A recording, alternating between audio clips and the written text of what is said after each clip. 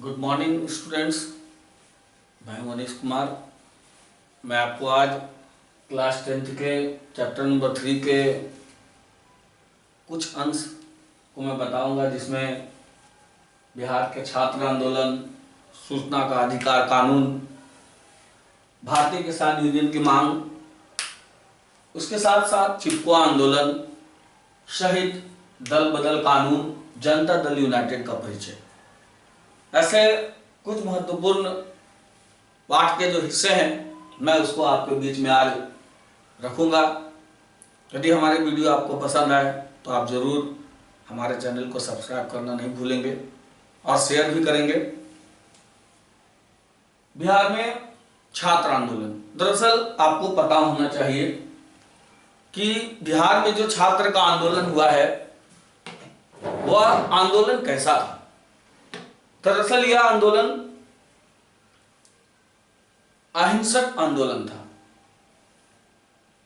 इस आंदोलन की शुरुआत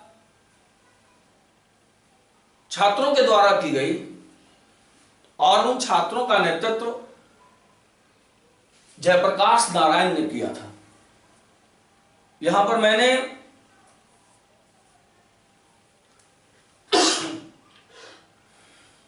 अपने इस पाठ में यह बताया भी है, बिहार में छात्र आंदोलन। दरअसल बिहार में छात्र का जो आंदोलन हुआ था वह सन 1974 को मार्च महीने में हुआ था। और इस आंदोलन के, हमारे जो बिहार में जो आंदोलन हुई, उस आंदोलन के होने का मुख्य कारण क्या था। हमारे बिहार में बेरोजगारी, भ्रष्टाचार, वस्तुओं के मूल्य में अप्रत्याशित वृद्धि, उसके साथ साथ हमारे देश में खाद्यान्न में कमी भी आ गई थी। बिहार के लोगों के पास कोई चारे नहीं बचे थे।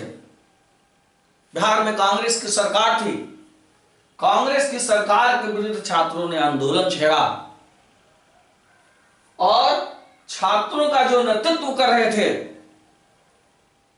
वह लोकनायक जयप्रकाश नारायण कर रहे थे। और उन्होंने ही आंदोलन को एक अच्छी दिशा दी। आंदोलन में शामिल होने से पहले उन्होंने छात्रों के बीच एक शर्त रखा कि आंदोलन कैसा होना चाहिए। उन्होंने शर्त रखा कि आंदोलन पहले देशव्यापी हो, ऐसा नहीं हो कि वह सिर्फ बिहार राज्य में ही सीमित रह सके। उसके साथ साथ उन्होंने इस आंदोलन को लोगों के बीच रखा कि यह अहिंसक होना चाहिए, इसमें किसी के साथ मारपीट जैसी घटना उत्पन्न ना हो। छात्रों ने भरपूर समर्थन जयप्रकाश नारायण को दिया। बाद में जयप्रकाश नारायण के आग्रह पर कई अन्य संस्था और पार्टी के लोगों ने उनका मदद किया, जिससे यह आंदोलन देशव्यापी हुआ। अब आप जानेंगे एक जो बिहार का जो छात्र आंदोलन था, वह आंदोलन के दौरान जयप्रकाश नारायण ने संपूर्ण क्रांति की मांग की और संपूर्ण क्रांति चलाया, जिसके बाद पूरे देश में एक सच्चे लोकतंत्र की स्थापना हुई। अब आप जानेंगे, मैं आपको एक बार फिर से बताऊंगा कि कोई भी देश हो, अगर जिस किसी भी देश में छात्र अगर आंदोलन में खुल करके हिस्सा लेंगे तो ऐसा कोई भी आंदोलन नहीं है जो आंदोलन असफल हो सकता है। किसी भी आंदोलन में छात्रों की भूमिका अहम होती है। आप ऐसे भी आप बात जान लीजिए, संघे शक्ति कलियुगे, यानी संघ में शक्ति होती है, जिसका परिचय बिहार में छात्र आंदोलन के दौरान छात्रों ने दिया और देश भर में एक सच्चे लोकतंत्र की स्थापना में छात्रों की भी भूमिका रही। बाद में और भी कई लोगों ने बिहार के छात्र आंदोलन में हिस्सा लिया। मैं आगे के इसी चैप्टर्स में पढ़ने का है सूचना का अधिकार आंदोलन। दरअसल यह एक कानून है। सूचना का अधिकार कानून है क्या? एक ऐसा कानून है जिसके तहत हम किसी भी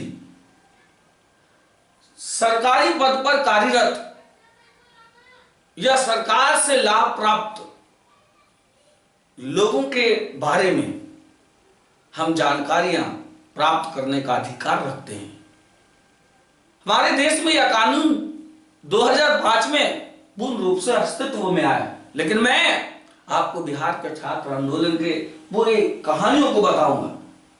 दरअसल इस आंदोलन की शुरुआत राजस्थान के एक छोटा सा गांव से हुआ था, और जहां 1994 और 1996 में जन सुनवाई का आयोजन किया गया। इसी आंदोलन के कारण राजस्थान में दरअसल मामला क्या था कि पंचायती राज के अंतर्गत राजस्थान में जितने भी विकास के कार्य होते थे उनमें अपार भ्रष्टाचार थे, और जनता जानना चाहती थी कि आखिर किस मद में कितनी राशि खर्च की गई है। और उस भ्रष्टाचार पर नजर रखने के लिए सरकार से जनता ने आवाज उठाई। तब जाकर 1994 और 1996 में जन सुनवाई का आयोजन किया, जनता का भी लोग सुनना शुरू किए। और बाद में आंदोलन के कारण ही राजस्थान में पंचायती राज अधिनियम संशोधन कर प्रतिलिपि प्राप्त करने की अनुमति प्रदान की। राजस्थान में पंचायती राज में नियम का संशोधन हुआ, कानून का, और उसके बाद जनता को यह अधिकार दिया कि जनता पंचायती राज के अंतर्गत किसी भी प्रकार की जानकारियां प्राप्त करेगा। फिर पुनः 1996 में इसी अधिकार को लेकर दिल्ली में राष्ट्रीय समिति का गठन, यानी हमारे जो राजधानी है, भारत की राजधानी दिल्ली, वही इसके लिए एक राष्ट्रीय समिति गठित की गई, यानी पूरे राष्ट्र के लिए कि एक ऐसे कुछ ऐसे लोगों का कमेटी बनाया गया जो अपने अपने प्रस्ताव रखते कि आखिर यह कानून पारित करना क्यों जरूरी है, जनता के हित में होगा या नहीं होगा। इन मुद्दों पर तमाम कमेटियां अपनी बातों को दिल्ली में प्रस्तावित समिति के पास पेश किया, और 2002 में मैंने लिखा भी है, विधेयक पारित, यानी इसको कानून के रूप में पारित कर दिया गया। तथा 2004 में विधेयक को संसद में पेश किया। पहले मैं आपको बता दूं कि कोई भी कानून तभी पारित हो सकता है जब वह संसद से पारित हो। तो 2004 में सूचना के अधिकार कानून को संसद में पेश किया गया, और पुनः सन 2005 ईस्वी में राष्ट्रपति के हस्ताक्षर के बाद यह कानून पूर्ण रूप से तैयार हुआ और देश भर में लागू हुआ। आज हम इसी सूचना के अधिकार कानून के अंतर्गत किसी भी प्रकार की जानकारियां हम आसानी से उपलब्ध कर पाते हैं सरकारी, लेकिन इसके भी कुछ सिस्टम्स हैं, उनके लिए आवेदन देना होता है। 10 रुपए के पोस्टल ऑर्डर या 10 रुपये का आप लोग उसको कह सकते हैं कि बैंक ड्राफ्ट, और भी कई माध्यम हैं जिसके माध्यम से हम सूचना के अधिकार कानून की जानकारियां संबंधित अधिकारियों से प्राप्त कर सकेंगे। मेरा जो तीसरा टॉपिक है, भारतीय किसान यूनियन की मांग। दरअसल मैं आपको बिहार के छात्र आंदोलन के दौरान की स्थिति से बिहार का मैं अवगत आपको कराना चाहता हूं। बिहार में जो आंदोलन चल रहा था, उस आंदोलन के दौरान बिहार में किसान भी सरकार के विरुद्ध आंदोलन छेड़ रखे थे, जिसका सबसे बड़ा कारण यही था कि किसानों को उसका अधिकार नहीं मिल रहा था।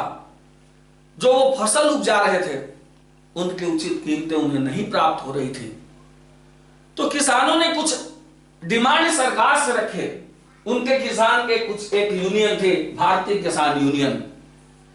भारतीय किसान यूनियन ने सरकार के समक्ष कुछ मांगे रखी, जिसमें गेहूं और गन्ने की खरीद मूल्य में वृद्धि करना, यानी कि भाई पहले जो थे भारत के जो सरकार थी, भारत की सरकार की कुछ कंपनियां अनाजों को किसानों से खरीदती थी, गन्ने खरीदती थी, उसे चीनी का निर्माण किया जाता था और उचित मूल्य नहीं मिल रहा था।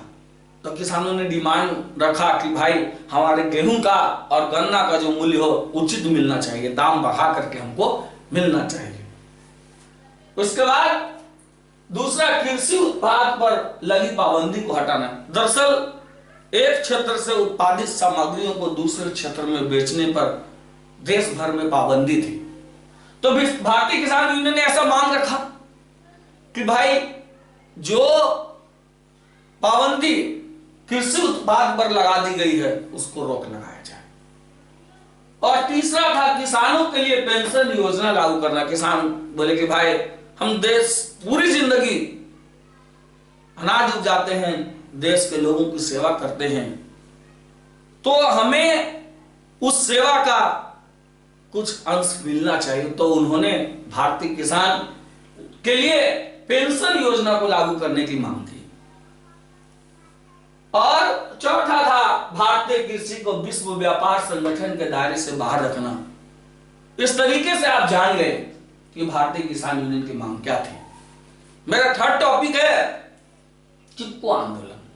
चिपको आंदोलन सर्वविदित है, सब लोग जानते हैं कि पेड़ों की कटाई पर प्रतिबंध लगाने के लिए जो आंदोलन चलाए गए उस आंदोलन का नाम चिपको आंदोलन था। चिपको आंदोलन, यह जो आंदोलन था, मैंने लिखा है, यह आंदोलन पेड़ की कटाई पर प्रतिबंध लगाने के उद्देश्य से छेड़ा गया और इसकी शुरुआत उत्तराखंड में हुई थी। दरअसल वहां वन के एक अधिकारी थे। मैं आपको इसके बारे में विस्तार से बता रहा हूं कि उत्तराखंड में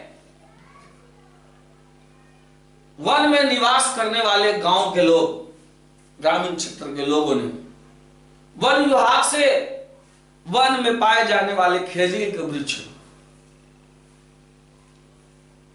की कटाई के लिए काट करके वन विभाग से मांग रखा था कि भाई अब उसको हम काट करके कृषि यंत्र का निर्माण करेंगे। तो वन विभाग ने स्पष्ट रूपों से इनकार कर दिया कि भाई ऐसा नहीं होगा, आपको काटने की अनुमति नहीं होगी। लेकिन बाद में वन विभाग ने खेल सामग्री बनाने वाली कंपनियों को यह जमीन मुहैया करा दी जिस पर यह वन लगे थे। तो जिससे रात दिन एक करके जंगल की कटाई शुरू हो गई और यह कटाई ऐसे शुरू हुई कि बहुत कम समय में जंगल खत्म हो जाते। तो वहां अमृता देवी बिश्नोई नामक एक महिला थी और उसके साथ साथ कई अन्य लोगों ने भी पेड़ों में चिपक कर पेड़ की कटाई पर रोक लगाने की मांग की, जिसके कारण कई लोगों को प्राण भी न्यौछावर करने पड़े। और इसका नेतृत्व सुंदरलाल बहुगुणा नामक व्यक्ति भी कर रहे थे। इस तरीके से आपने जाना कि चिपको आंदोलन एक ऐसा आंदोलन है जो पेड़ों की कटाई पर प्रतिबंध लगाने के लिए छेड़ा गया था। और मेरा नेक्स्ट टॉपिक है दल बदल कानून। दरअसल दल बदल कानून है क्या? यह एक ऐसा कानून है, इस कानून के आने के बाद ही देश की राजनीतिक में विराम लगे हैं। पहले क्या था कि बहुत सारे राजनीतिक पार्टी के नेता पैसे के लालच में पार्टियों को छोड़ करके दूसरी पार्टी तीसरी पार्टी में चल जाते थे और वो भी जीतने के बाद। लेकिन दल बदल कानून जब आया तो राजनीतिक पार्टी के नेता पर अंकुश लगा, पार्टी को छोड़ करके दूसरी पार्टी में जाने पर रोक लगा। मैं आपको इसके बारे में विस्तार से, जब कोई संसदीय विधायक किसी राजनीतिक दल के टिकट पर जीत हासिल कर लेता है और बाद में पार्टी से अलग होकर अन्य पार्टी में प्रवेश करता है या सदस्यता हासिल करता है, तो वह दल बदल है। मतलब आप समझ गए कि पहले जिस पार्टी से संसद या विधायक जीत गया और दूसरा पार्टी में चला गया और दूसरे पार्टी में जाकर सदस्यता हासिल कर ली, तो यह दल बदल हो गया। लेकिन उसको रोकने के लिए 1980 में भारतीय संसद में एक कानून पेश किया गया और उस पर उसी 1980 के कानून के अंतर्गत किसी भी राजनीतिक पार्टी के नेता को जीत हासिल करने के बाद दूसरी पार्टी में जाने, जीत के बाद प्रतिबंध लगाने के लिए कानून बना, जिसका नाम दल बदल कानून रखा गया। मैं अभी आपको बिहार के राजनीतिक पार्टी का परिचय कराऊंगा, जिसका नेतृत्व वही वर्तमान में माननीय मुख्यमंत्री नीतीश कुमार कर रहे हैं। जनता दल यू, जनता दल यू का एक परिचय जो आपके पाठ में है, यह एक क्षेत्रीय राजनीतिक संगठन है। दरअसल यह बिहार का एक राजनीतिक संगठन है और 1980 में जनता पार्टी के विघटन के बाद घटक दल अलग होकर एक पार्टी का गठन किया। दरअसल 1980 में दो पार्टियां विघटित होकर के आपस में मिली और इसका गठन 30 अक्टूबर देखिए लिखा है। तो मैं बता रहा था गठन किया गया, मैंने लिखा है कि 1980 में जनता पार्टी के विघटन के बाद घटक दल अलग होकर एक पार्टी का गठन किया और 2003 को लोक शक्ति पार्टी एवं समता पार्टी के विलय के बाद किया गया। आपको पता होना चाहिए कि ये 2003 में हमारा जो जनता दल यू का है जो संगठन है,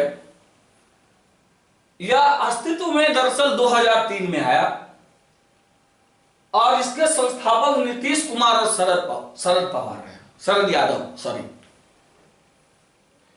आज वर्तमान में इसके जो राष्ट्रीय अध्यक्ष हैं वह खुद बिहार के मुख्यमंत्री नीतीश कुमार हैं। मैं अगले दिन पुनः आपको आऊंगा दलित पैंथर्स सहित भारतीय राजनीति के गुण दोष जैसे कई अन्य मुद्दों पर भी चर्चा करूंगा। Thank you, I meet you next day.